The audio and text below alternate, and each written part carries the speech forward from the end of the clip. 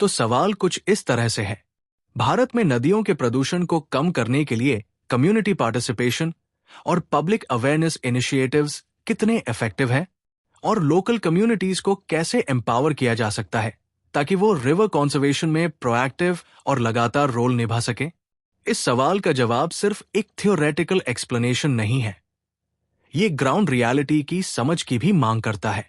हाल ही में central pollution control board यानी CPCB ने एनजीटी को एक रिपोर्ट दी जिसमें प्रयागराज के त्रिवेणी संगम पर गंगा का पानी महाकुंभ के दौरान स्विमिंग के लिए सेफ पाया गया। अब इससे एक बात तो साफ हो जाती है, सही प्रयास हो तो नदियों को साफ किया जा सकता है। लेकिन दूसरा पहलू यह है कि पूरे भारत में नदी प्रदूषण की स्थिति अलार्मिंग बनी हुई है और इसके पीछे कई वजहें हैं। अब अगर हम कॉजेस की बात करें तो सबसे बड़ा कल्प्रिट है अनट्रीटेड सीवेज। सीपीसीबी की माने तो देश में हर दिन डिस्चार्ज होने वाला 60% से ज्यादा सीवेज अनट्रीटेड ही रिवर्स में चला जाता है और इसी के साथ आता है industrial pollution, tanneries, sugar mills, paper factories जैसे इंडस्ट्रीज का टॉक्सिक और अनट्रीटेड एफ्लुएंट सीधा नदियों में जाता है।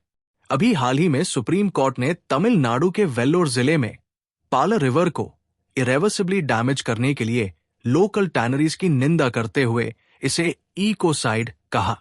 यानी ये सिर्फ पोल्यूशन नहीं है, ये इकोसिस्टम का सिस्टमैटिक डिस्ट्रक्शन है। इसके अलावा एग्रीकल्चरल रन ऑफ जिसमें पेस्टिसाइड्स और केमिकल फर्टिलाइजर्स शामिल होते हैं वो भी रिवर्स में हैजर्डस सब्सटेंसेस बढ़ा देता है। और इलीगल सैंड माइनिंग, एनक्रोचमेंट्स और सॉलिड वेस्ट डंपिंग रिवर्स की नेचुरल फ्लो को डिस्टर्ब करके पोल्यूशन को और बढ़ाते हैं। इन सब के बीच एक और बड़ी प्रॉब्लम है वीक वेस्ट मैनेजमेंट इंफ्रास्ट्रक्चर और उसकी एनफोर्समेंट। अब बात करते हैं कि लोकल कम्युनिटीज की रोल इसमें क्या हो सकती है। देखिए, कोई भी गवर्नमेंट पॉलिसी या प्लान अकेले तब तक सफल नहीं हो सकती जब तक लोकल लेवल पर लोग एक्टिवली इन्वॉल्व ना हो। हमने हिस्ट्री में देखा है कि चाहे गंगा एक्शन प्लान हो, यमुना एक्शन प्लान या फिर आज का नमामि गंगे प्रोग्राम, इन सब में पब्लिक पार्टिसिपेशन की कमी एक बड़ी चैलेंज रही है। नमामि गंगे प्रोग्राम ने सीवेज ट्रीटमेंट इंफ्रास्ट्रक्चर में इंप्रूवमेंट जरूर किया है, लेकिन ग्राउंड पर इंडस्ट्रियल कंप्लायंस, एनक्रोचमेंट और डेली वेस्ट डंपिंग जैसी प्रॉब्लम्स आज भी जिंदा है। अब कम्युनिटी पार्टिसिपेशन को प्रैक्टिकल बनाना है तो सबसे पहले लोगों में अवेयरनेस लानी होगी। उन्हें यह समझाना होगा कि अगर वो खुद नदी के लिए कुछ नहीं करेंगे तो कोई बाहरी फोर्स आकर भी कुछ नहीं कर सकती। अवेयरनेस कैंपेन्स को लोकल लैंग्वेज में लोकल सिंबल्स के साथ जोड़कर चलाना होगा। स्कूल और कॉलेज लेवल से शुरू करके पंचायत स्तर तक ऑनरशिप डेवलप करनी होगी। सिर्फ इंफॉर्मेशन देना काफी नहीं है, एंगेजमेंट और बिहेवियर चेंज ज्यादा जरूरी है, जैसे कि वेस्ट सेग्रीगेशन, बायोडिग्रेडेबल और नॉन बायोडिग्रेडेबल चीजों की पहचान, कंपोस्टिंग और रिस्पॉन्सिबल डिस्पोजल हैबिट्स। टेक्नोलॉजी भी इसमें सपोर्ट कर सकती है, जैसे एआई से रियल टाइम मॉनिटरिंग, जीआईएस से एनक्रोचमेंट ट्रैकिंग और even app based reporting systems जिससे लोग वायलेशंस की रिपोर्टिंग कर सकें।